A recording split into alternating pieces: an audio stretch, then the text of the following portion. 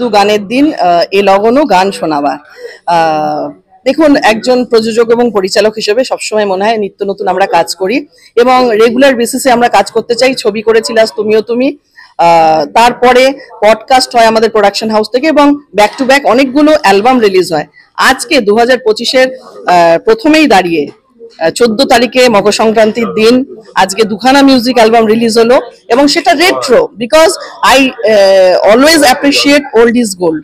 এবং সেটা যখন এই কালজয়ী গায়িকা এবং আমাদের সকলের প্রিয় নায়িকা সুচিত্রা সেন এবং সন্ধ্যা মুখোপাধ্যায়ের কণ্ঠে আমরা শুনে এসেছি, সেটাকেই মনে হলো একবার চেষ্টা করা যাক না। আমাদের তো চেষ্টাই, আমরা ট্রাই এগেন করতেই পারি। তো অ্যাজ এ ডিরেক্টর আমার মনে হলো এই গান দুটোকে চুজ করি এবং সেটার জন্য এই তিনজন, এই দেবযানী এবং শ্রীমতী, এই পাওয়ার প্যাক ট্রায়োর চেষ্টা না হলে হতোই না। আর দুজনেই সায় দিয়েছে, হ্যাঁ এটা চেষ্টা করা যাক।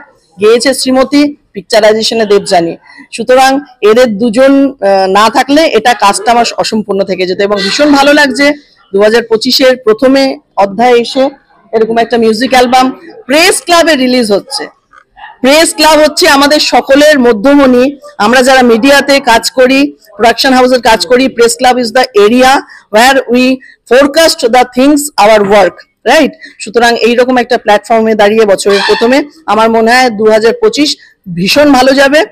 আর এই দুটো মিউজিক অ্যালবাম দেখতে গেলে ডিজিম্যাক্স ক্রিয়েশনের ইউটিউব চ্যানেলে যেতে হবে এবং গিয়ে ক্লিক করতে হবে, সাবস্ক্রাইব করতে হবে। দর্শকদেরকে একটাই কথা বলবো, কারণ দেখো অনেক বড় বড় ছবি হচ্ছে, বড় আর ছোটর কোনো আমার কাছে ডেফিনেশন হয় না। কাজ ইজ কাজ, আমাদের লাইফ ইজ এ ওয়ার্ক, আমরা বলি না কর্মই জীবন। সুতরাং প্রত্যেকটা ধাপে কাজ করে যাওয়াটাই জীবন। Persistency and consistency is the main criteria of a person. সুতরাং সেটা মহিলা হোক, পুরুষ হোক, টিচার হোক, অ্যাডভোকেট হোক, অ্যাক্টর হোক, ডিরেক্টর হোক, সকলে কাজ করে যাওয়াটাই সর্বপ্রথম কাজ এবং সেই জায়গায় দাঁড়িয়ে কাজটা করে যাওয়া একটা উপলক্ষ বছরের প্রথম দিয়ে শুরু করেছি। আশা করি ঈশ্বর যদি সাথে থাকেন, জগন্নাথ এবং দর্শক যারা, তারা ছাড়া তো আমরা জিরো। সুতরাং ডিজিম্যাক্সই হোক আর আমাদের অ্যাডভোকেটই হোক আর গায়িকাই হোক, অভিনেত্রী হোক, সবার জন্য দর্শকই শেষ কথা। দর্শকদেরকে বলবো ভালো ছবি দেখুন, ভালো কাজের সাথে থাকুন এবং অবশ্যই অ্যাজ এ ফিল্ম ডিরেক্টর হলে গিয়ে ছবি দেখুন। হলে গিয়ে ছবি দেখে মানুষ, পুষ্পা প্রুফ করে দিয়েছে আমাদের। সুতরাং বাংলা ছবির সাথে তো থাকতেই হবে, নাহলে তো আমাদের বাংলা কালচার কোথায় যাবে? সুতরাং এই বাংলা কালচারকে বাঁচিয়ে রাখতেই হবে, তার ছোট্ট একটা প্রচেষ্টা এই দুটো মিউজিক অ্যালবাম, দ্যাটস অল। নতুন ছবি তো ঘোষণা করলেন, আগামীতে উনি আপকামিং একটা নতুন ছবি শুরু করছেন আর কি। তো ডিজি ম্যাক্স থেকে রিলিজ করা হলো, যার কর্ণধার হচ্ছে অরুণিমা দে। উনি তুমি বলে একটা ছবি করেছেন, উনি ডিরেকশন করেছেন, প্লাস উনিই প্রডিউসার ছিলেন। ওর মিউজিক করেছিলেন সন্দীপ বাপ্টু করেছিল।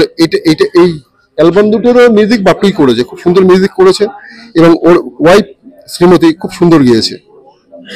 আমার নাম শুভঙ্কর ঘোষ।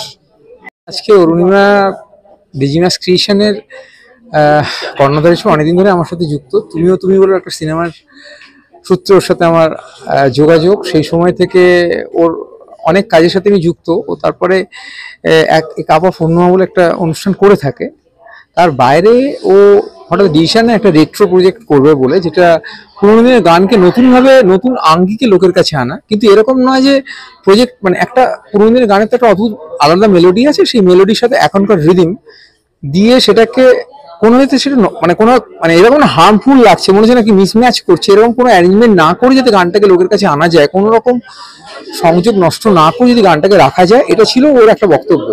তারপরে আমার কাছে দেবযানী এবং অন্য দুজনেই যখন বসে, যখন গান আমি রেকর্ড করি, তখন আমি একটু কনফিউশনে ছিলাম যে প্রজেক্টটা যখন আমি করতে চলেছি তখন দেখতে পাবো কিরকম আফটার অল ফাইনাল ভিডিওটা কিরকম আসবে না আসবে।